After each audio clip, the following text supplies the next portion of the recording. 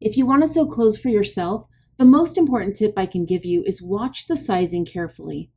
For instance, I'm a size 8, so I can just buy a pattern in size 8, right? Nope. If I flip this to the back and show you the measurements for a size 8, you'll see that the waist is 24 inches. If I measure this very standard size 8 dress that I could find in any store today, you'll notice the waist will work out to be about 32 inches. So, if I compare that to the pattern, I'm actually a size 18. Is that right? Yep, that's right. I'm going to explain why, but stay tuned to the end of this video for my cheat on how to measure for the best fitting pattern for you.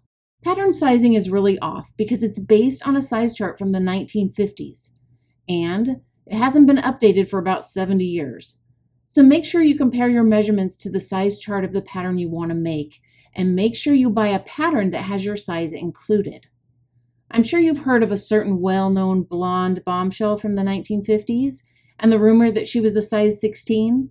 Well, now you know that when people say she was a size 16, she was really a size 6 by today's standards. So how do you measure yourself to pick your pattern size? Well, normally you would take your bust or chest measurement, waist, and hips, then compare them to the size chart of the pattern. But let me show you a little cheat on how to get a comfortable and correct fit. Instead of measuring myself, I'm going to take that same dress that fits me just the way I like it and measure it instead. You can measure it by laying it flat and then just double that measurement. So I already know that the waist is a 16 inch or 32 inches when doubled.